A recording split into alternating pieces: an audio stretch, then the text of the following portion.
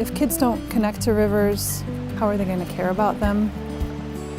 We really want kids to be able to connect to them and then be able to be the next generation of stewards. So what we're going to be doing today is we're going to be releasing the Chinook salmon that you all have been raising in your classroom. They start out here in the water, and then they swim out to the ocean, and they stay in the ocean for about 2 years and then come back to lay eggs. Think about what are some of the important components of a healthy salmon habitat. If the rivers aren't clean, something could get in the fish's gills and hurt the fish. Okay, what else is important for healthy salmon habitat? Shelter.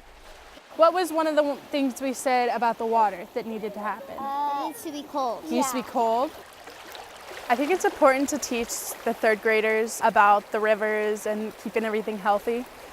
I think it helps because then when they're older, they'll know to keep it nice and to keep everything healthy and everything.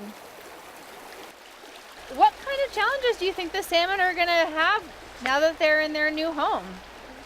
They have to look out for predators and obstacles. I hope that this river eventually can get back to near perfect.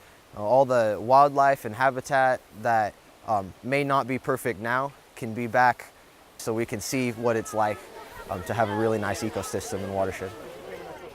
When I sit by the river, I think about how water has this dual nature where on the one hand, it moves around obstacles in the moment, and on the other hand, in the long term, it shapes those things over time. So really, it has the ability to move mountains, and I feel like that's a really great metaphor for ourselves as individuals, that we can, be flexible and go with the flow in our own life, and yet have the strength to have a big impact in our communities and let that ripple out into the world.